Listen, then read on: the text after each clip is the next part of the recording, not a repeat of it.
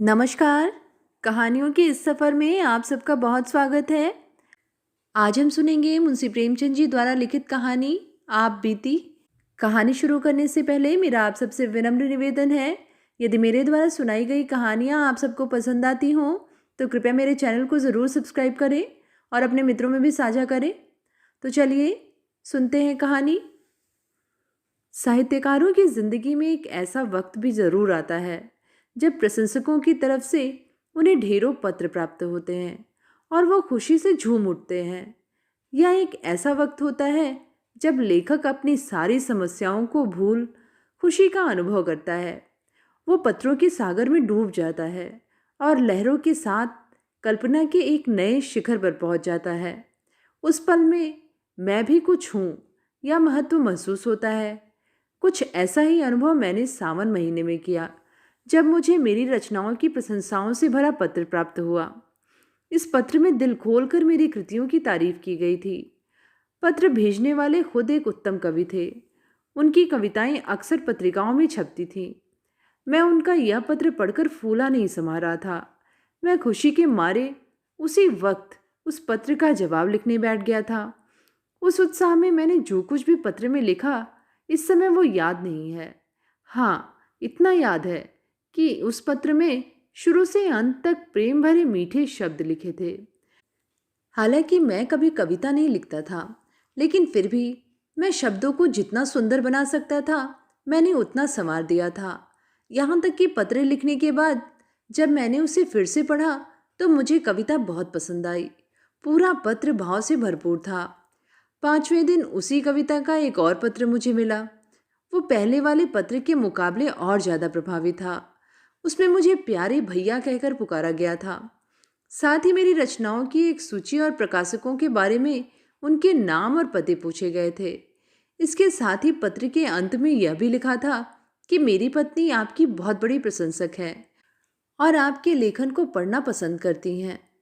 साथ ही पत्र में यह भी लिखा था कि मेरी पत्नी पूछ रही थी कि आपकी शादी कहाँ हुई है, आपके बच्चे कितने हैं और आपकी कोई फ़ोटो है तो प्लीज़ भेज दीजिएगा।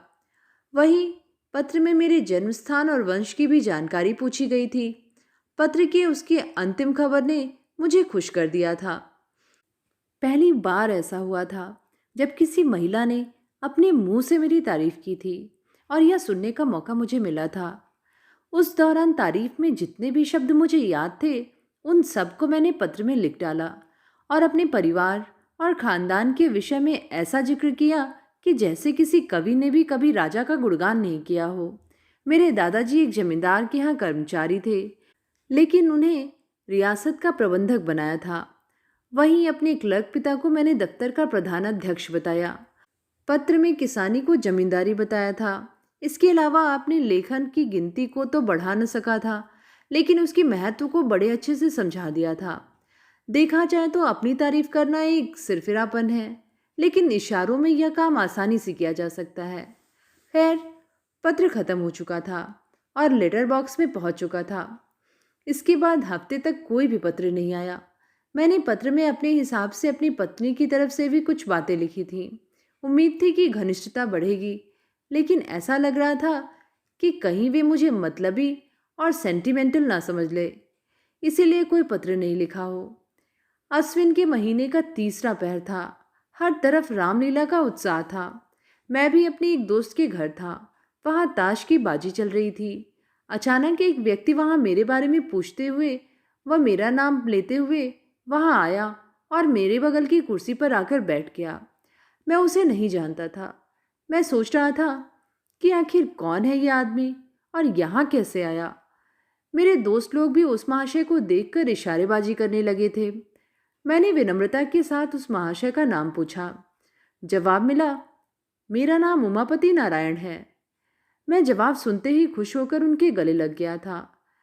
यह कोई और नहीं बल्कि वही कवि महोदय थे जिन्होंने मुझे पत्र भेजा था।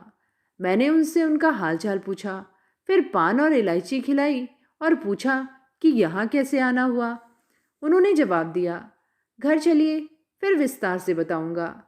मैं आपके यहाँ से होकर आया हूँ। वहाँ मुझे पता चला कि आप यहाँ हैं, तो मैं पूछता हुआ यहाँ आ गया।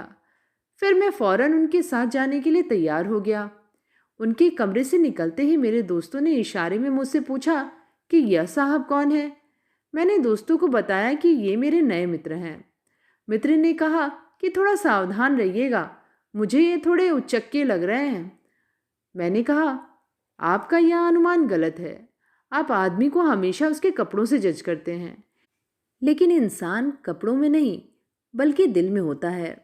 मित्र: खैर, ये रहस्य की बात है, बाकी आप जाने, मैं आपको बस सावधान कर रहा था।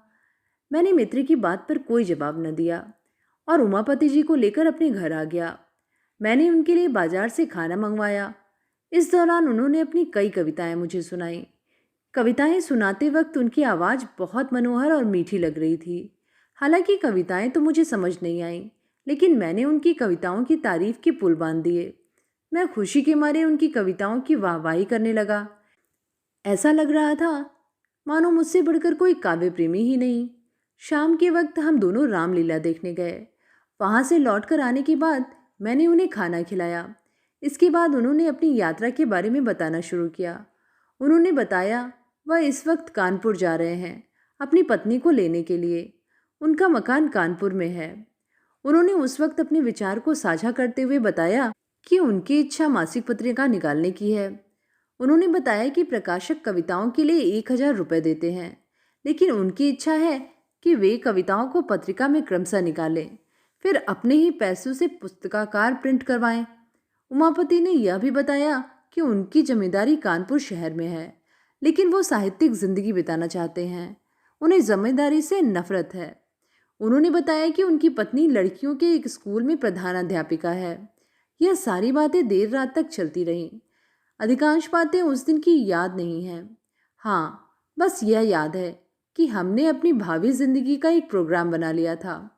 उस वक्त मैं अपनी किस्मत को सराह रहा था कि घर बैठे बिठाए मुझे भगवान ने एक सच्चा दोस्त भेज दिया। हम लोगों को बात करते करते लगभग आधी रात यूं ही बीत गई थी। उन्हें अगले दिन सुबह 8 बजे निकलना था। जब मैं सोकर उठा तो सुबह के 7 बज रहे थे। मैंने देखा कि उमापति जी जाने के लिए तैयार थे। बोले, इजाज़त दीजिए, लौटते वक्त इधर से ही जाऊंगा। इस वक्त आपको तकलीफ दे रहा हूँ, माफ़ करिएगा। जब कल मैं चला था तो उस वक्त सुबह के 4 बज रहे थे। चलने की चिंता में पूरी रात जागना पड़ गया।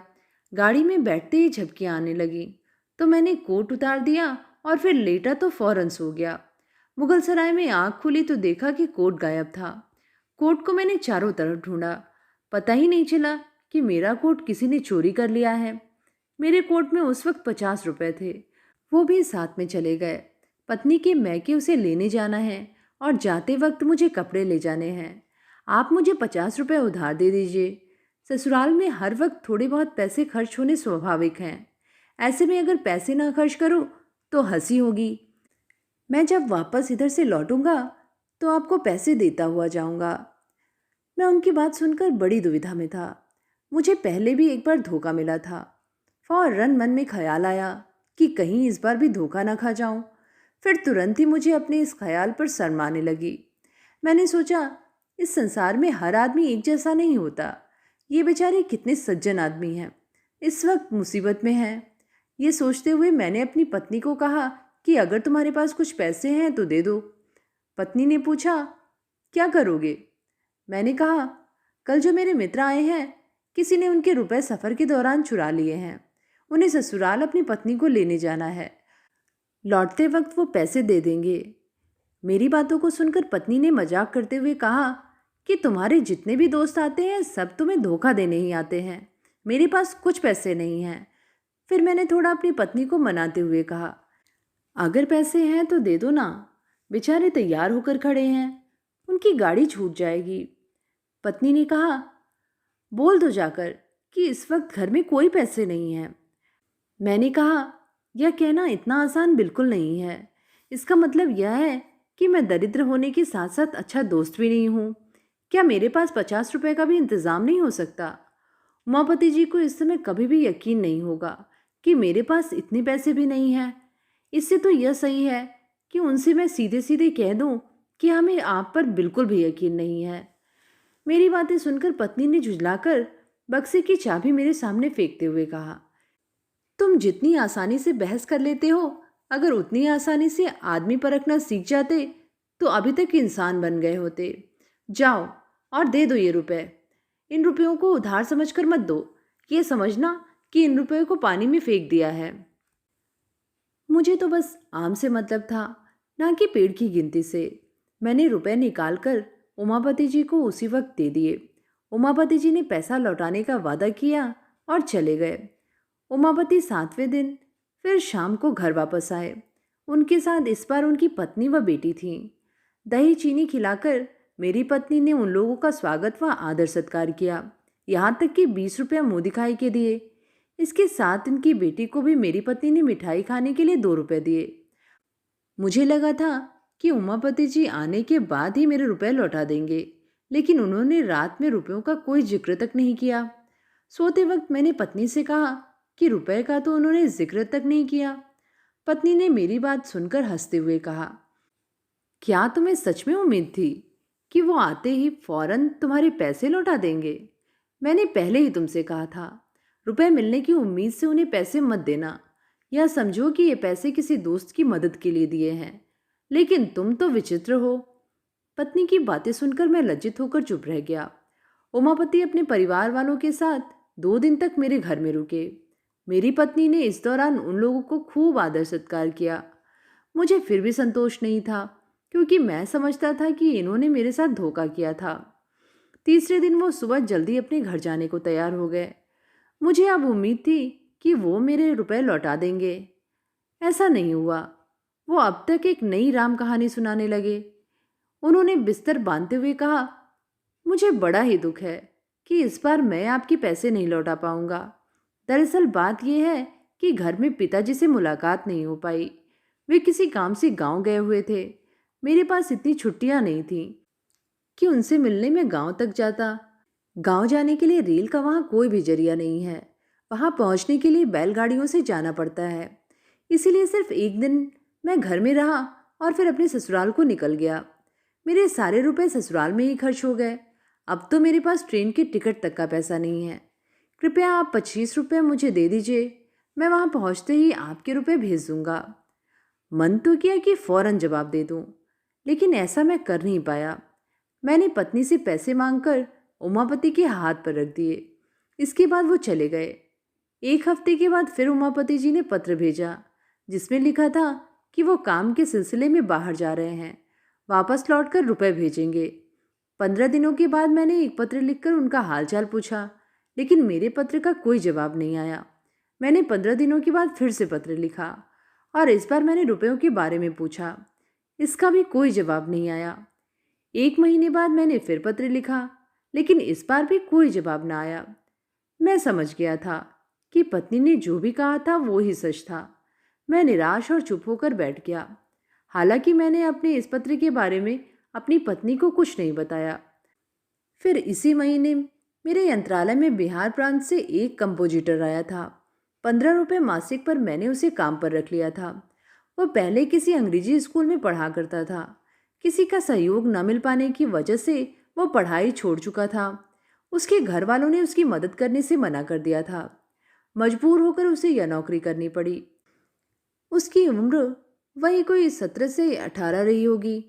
उसका गंभीर स्वभाव था और उसकी बातचीत करने का तरीका भी अच्छा था। यहाँ आने के तीसरे ही दिन उसे बुखार आ गया। कुछ दिनों के बाद जब बुखार नहीं गया तो उसे अपने घर की याद सताने लगी। उसने मुझसे कहा कि वह बीमार है, उसे कुछ रुपए मिल जाए तो वह घर चला जाएगा। फिर वह वहां पहुंचकर पैसों का इंतजाम करके मुझे भेज देगा। वह सच में बहुत बीमार था, लेकिन मैं पहले से ही पैसों के मामले में धोखा खाकर बैठा हुआ था, इसलिए मैंने उसे मना कर दिया। मेरी बातें सुनकर वो रोने लगा और मुझसे मदद की विनती करने लगा, लेकिन धोखे की चोट खाए बैठा मैं उसकी बातों को नज़रअंदाज कर गया। दुविधा भरी स्थिति में उसने फिर आकाश को देखा और वहां से चला गया। मुझे अंदर ही अंदर बुरा लगा, लेकिन जो मैंने निर्णय लिया था मैं उसी पर अड़ा रहा। मैंने मन में इस बात पर विचार करके संतोष कर लिया कि मैं कहाँ का ऐसा धनी हूँ जो पैसे बहाता रहूं। वो लड़का मेरे पास से आंखों में आंसू लेकर गया था। तब कार्यालय के एक क्लर्क जिनका नाम पंडित पृथ्वीनाथ था, उन्होंने उसकी मदद कर दी। उन्होंने उसकी पूरी कहानी सुनकर उसे 15 रुपए दे दिए थे। जब मुझे इसकी जानकारी हुई तो मानो मेरे मन से कोई बोझ उतर गया हो। चलो, अब वो बेचारा अच्छे से घर तो पहुंच ही जाएगा, यह सोचकर ही मुझे मुफ्त में ही संतोष मिल गया। लेकिन कुछ अपने किए पर भी मुझे शर्म आई। मैं बड़े बड़े उपदेश दिया करता था, लेकिन आज अपनी ही जुबान से मुकर गया। 5वें दिन पैसे आ गए। मेरी आंखें खोल देने वाली यह यातना मुझे शायद ही कभी मिली थी। खैर, इस बारे में मैंने अपनी पत्नी को कुछ नहीं बताया था, वरना मेरा घर में मुश्किल हो जाता रहना। पूर्वकथित वृत्तांत को लिखकर मैंने पत्रिका में भिजवा दिया। मेरा मकसद बस इतना था कि मैं लोगों को धोखेबाजी के इस कुपरिणाम का संदेश दूं। मुझे सपने में भी उम्मीद नहीं थी कि इसका मुझे कोई सीधा फल मिलेगा। फिर चौथे दिन 5 रुपए का मनी ऑर्डर मेरे पास पहुंचा। मैं उसे देखकर इतना खुश हुआ कि मेरी खुशी की कोई सीमा नहीं थी। मनी ऑर्डर भेजने वाला कोई और नहीं, बल्कि वही महोदय थे, उमापति। भेजे गए कूपन पर सिर्फ क्षमा शब्द लिखा था। मैंने वो पैसे जाकर अपनी पत्नी को दे दिए और वो कूपन दिखाया। पत्नी ने बड़े ही अनमने तरीके से मुझसे कहा, इसे ले जाकर अपनी अलमारी में रख लो। तुम ऐसे लोभी किस्म के आदमी हो, मुझे नहीं मालूम था। कुछ पैसों के लिए इस तरह किसी के पीछे पड़ जाना अच्छी बात नहीं है। जब पढ़ा लिखा और विनयशील इंसान अपने वादे को पूरा न कर सके तो समझना चाहिए वो मजबूर है। विवश हुए इंसान को इस तरह बेइज्जत करना सही नहीं है। मैं इन पैसों को तब तक नहीं रखूंगी जब तक कि उमापति जी का कोई संदेश या पत्र नहीं आ जाता जिसमें उनके रुपए भेजने की देरी का कारण लिखा हो। हालांकि उस वक्त मैं ऐसी महान बातें सुनने के लिए बिल्कुल भी तैयार नहीं था। डूबे हुए रुपए मिल गए, मैं उसी खुशी से फूले नहीं समा रहा था। तो ये थी कहानी। आप भी थी। कहानी आप सबको कैसी लगी नीचे कमेंट में लिख के ज़रूर बताइएगा। आगे भी ऐसी कहानियाँ सुनते रहने के लिए चैनल को ज़रूर सब्सक्राइब करें। फिर मिलेंगे एक नई कहानी के साथ। धन्यवाद।